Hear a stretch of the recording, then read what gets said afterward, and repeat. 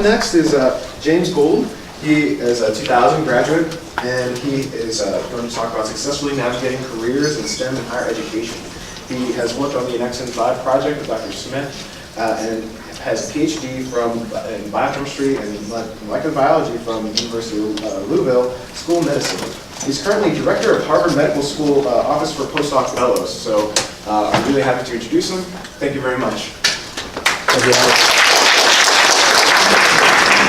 Thank you, Alex, for the introduction. Thank you, Doug, for reaching out. I heard not from Facebook, but through LinkedIn. So you should thank LinkedIn as well. I don't work for LinkedIn, that's not a plug for them, but I'm always on LinkedIn. So what I'm going to do today is not talk about my science, but talk about my lessons learned through my career in science and kind of what I tell my postdocs that come to me. So you'll get a 20-minute or so pep session on how to navigate your research and academic career, kind of from my perspective, because I'm not an expert so much on everyone else's research and everyone else's path, but I'm an expert on all the mistakes that I made, and hopefully I can help others not make those same mistakes. So that's where I'm coming from. All right. So basically, the point of this quick talk is this: be strategic and purposeful. That's the biggest lesson learned. This process of research progress, career advancement, professional development, they're not passive. You need to actively be involved in your schooling, in your education, in your research, in your career and professional development. And that was, that's the biggest lesson I learned, because when I was moving through middle school, high school, into college, it was a very passive process.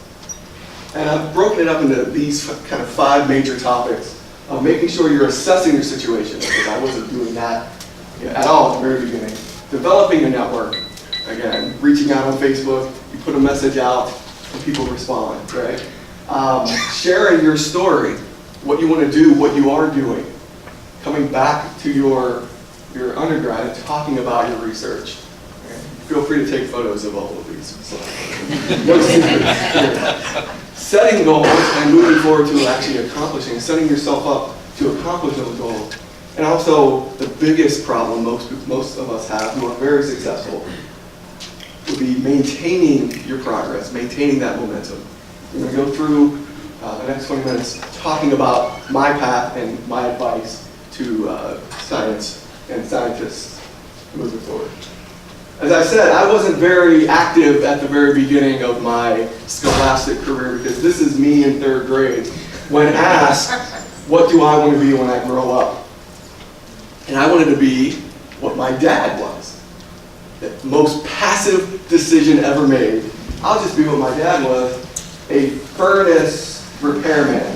Heating, ventilation, air conditioning, refrigeration, and now electrician, because he's actually out at Indiana County Technical Center teaching still. So this is what I wanted to be, because take that decision away from me, I'll just follow my dad's footsteps. But it's also, it also shows that you guys here in the room are very close to academia, very close to the academic milieu. And I want you to realize that there are many other options out there that your academic credentials can lead you to, outside of academic research. I would consider myself still in academia, but I'm not even in research anymore. I'm an academic administrator now, sometimes the bane of the actual research. But I wanted to show this to let you guys know that this is active.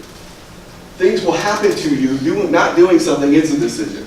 So you need to be active in pursuing what you want to be doing.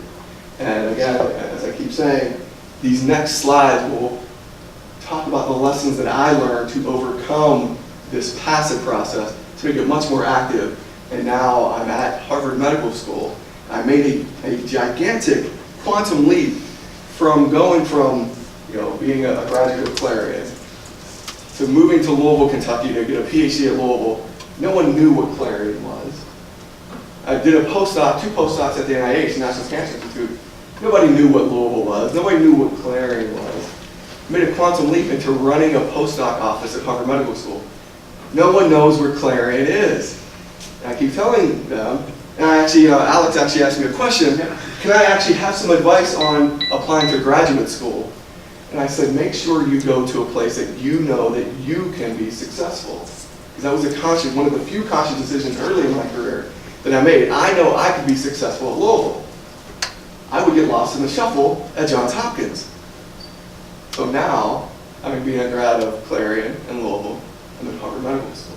Everybody wants to go there. Everyone knows where Harvard Medical School is, right? And now I can leverage that for the next several steps of my career. Okay, so from fairly humble beginnings to something that I love doing. Speaking of humble beginnings, this classroom looks so much different. Now remember, I don't think until my last semester as a senior that we ever got a PowerPoint presentation.